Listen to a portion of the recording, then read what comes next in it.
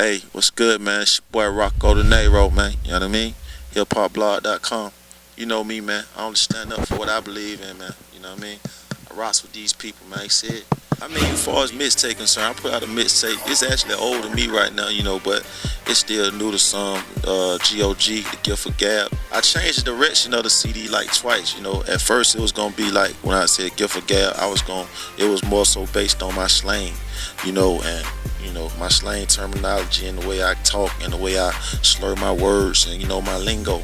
I switched it all the way up, because the gift of gab is just the ability to speak, having a way with words to what people can understand. I just want to make it be more of an inspiration to the people with it, rather than just talk about this, that, and the third. I wanted to give the people something that they could really grasp onto and use in their life and apply to their day to day. Business, I mean, that's my first love, being a businessman, sitting behind the desk, waving the baton, orchestrating the play. I've been a coach, that's what I did. I came in the game a coach, I'm celebrating my 10th year of being in the industry, making money in the industry.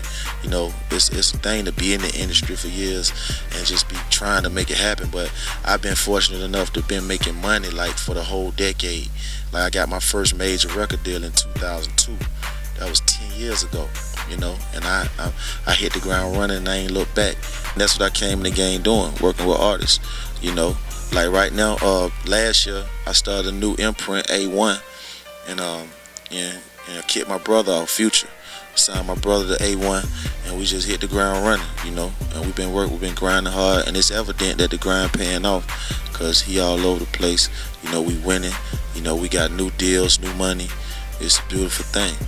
Well, Future, Future came to my studio. I was actually working with the Franchise Boys at that time, and Future came to my studio with one of them, and we was just kicking it, and we was just kicking it, and gambling and just doing what street cats do, and I took a liking to him, and I knew he rapped, but I hadn't heard him rap at the time.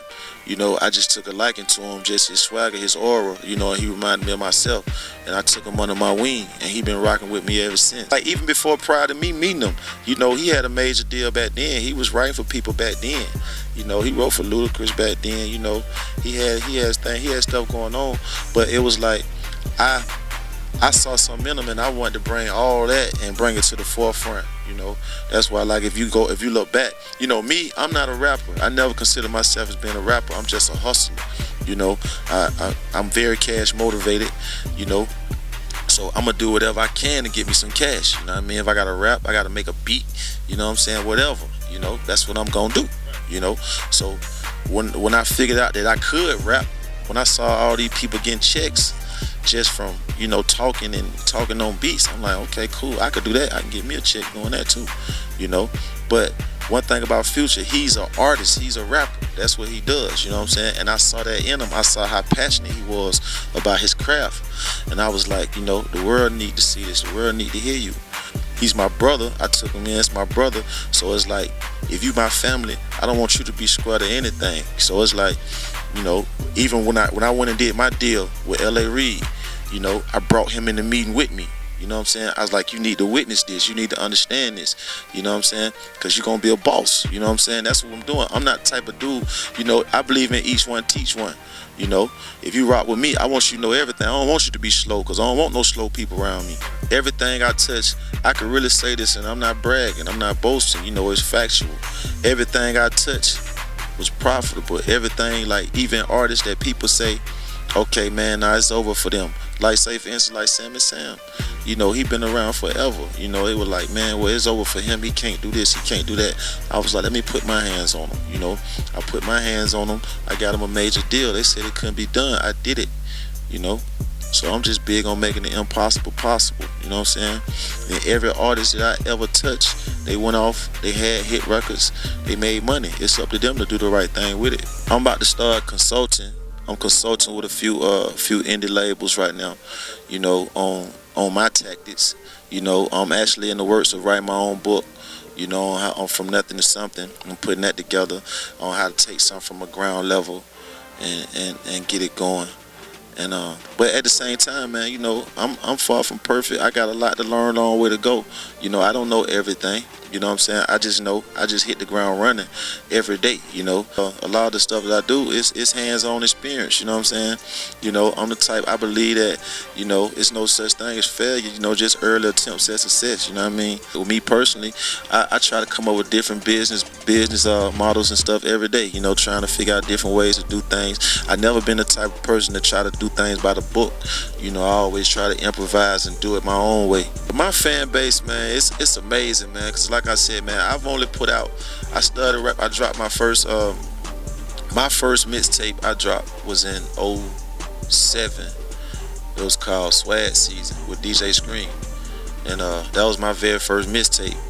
And I never knew that the streets were gonna take me the way they did. You know, off that particular mixtape alone, I had hit records like This Morning, Tomorrow, I'ma Do Me, you know.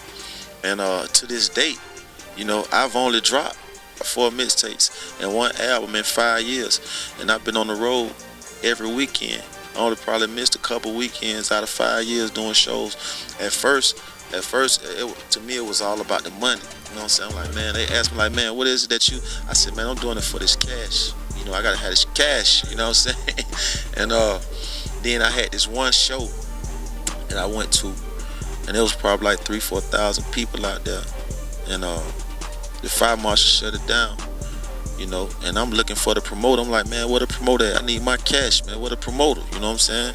And so the promoter came. He gave my money. He was like, Rocko, man, yeah, man. They shut us down, man, but here your money. You know what I'm saying? I was like, all right, cool, appreciate it.